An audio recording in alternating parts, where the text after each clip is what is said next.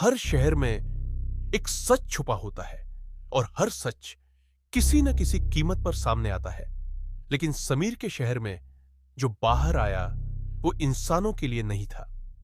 रात ढल चुकी थी, मौसम ठंडा था, हवा सन्नाटे को चीर रही थी और चांद बादलों के पीछे छिपा हुआ था। समीर धीमी चाल से पुरानी लाइब्रेरी की ओर बढ़ रहा था, वही जगह जहां उसकी जिंदगी का सबसे बड़ा रहस्य उसका इंतजार कर रहा था। समीर एक इतिहास का रिसर्चर, रिया उसकी दोस्त, बहादुर लेकिन संदेहशील, और मिस्टर डेवलिन लाइब्रेरी के बूढ़े केयरटेकर जो किसी से बात नहीं करते थे। पुरानी लाइब्रेरी शहर की सबसे डरावनी इमारत मानी जाती थी। लोग कहते थे यह लाइब्रेरी नहीं, एक जेल है। जिन्हें वो बुलाती है वो लौट कर नहीं आते। समीर हंस देता था। उसे लगता था ये सब कहानियां हैं डर फैलाने के लिए। लेकिन आज रात वो खुद उस दरवाजे के सामने खड़ा था। दरवाजे पर उकेरा हुआ था द लास्ट वॉचर। रिया ने समीर का हाथ पकड़ा।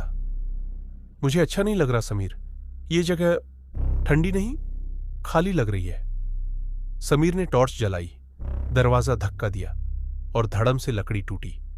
अंदर लगभग पूरा अंधेरा, बाहर की हवा जैसे अंदर सांस लेने लगी हो। लाइब्रेरी मर चुकी थी, लेकिन उसके अंदर कुछ जिंदा था। पन्नों के पलटने की आवाज आई, पर हवा नहीं थी और कोई इंसान भी नहीं। समीर ने बुकशेल्फ की ओर देखा। एक किताब खुद ब खुद खुली हुई थी। नाम the last watcher, chapter 1। Sameer ने किताब खोली। पहला शब्द पढ़कर उसकी रीढ़ जम गई। समीर। किताब उनके बारे में लिख रही थी। उसी वक्त, उसी पल, जैसे कोई अनदेखी आंखें उनके हर कदम को देख रही हो।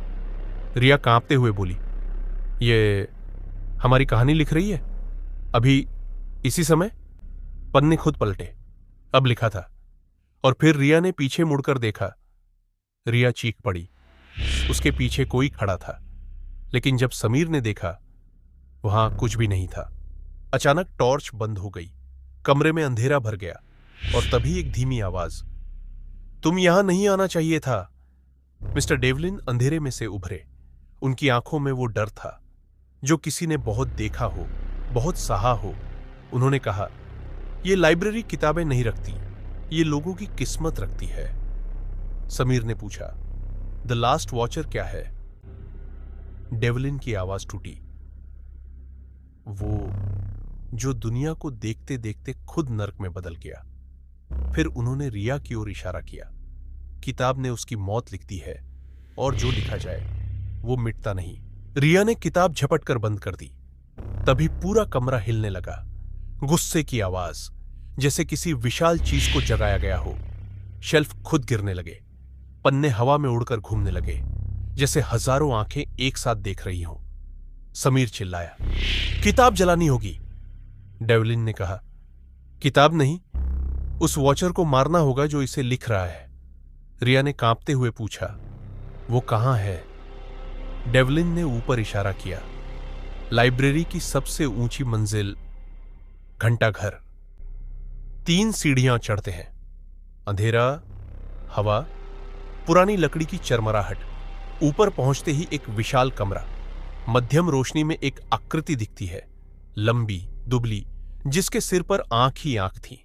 वो वॉचर था जिनकी आंखों ने सदियों तक सभी को देखा, और अब वो खुद इंसान नहीं रहा था। वॉचर बोला, मैं तुम्हें आखिरी कहानी लिखकर मुक्त कर दूंगा। किताब हवा में खुली, पन्ना लिखा जा रहा था। रिया गिरी और मर गई। रिया जमीन पर गिर पड़ी, सांस बंद। समीर टूट गया। उसकी आंखों में आंसू थे और गुस्सा। वो वॉचर की ओर झपटा और किताब उठा ली। वॉचर चीख पड़ा, वो मेरी है। समीर चिल्लाया, कहानी मेरी है, मैं लिखूंगा। उसने पन्ने में लिखा, रिया गरीब जिंदा है। रिया ने जोर से सांस ली। वो लौट आई। वॉचर दहाड़ा। कमरा टूटने लगा। समीर ने आखिरी पन्ने में लिखा, वॉचर मर जाता है। वॉचर राख में बदल गया। चीखें थमी। हवा शांत हो गई। किताब समीर के हाथ में शांत पड़ी थी।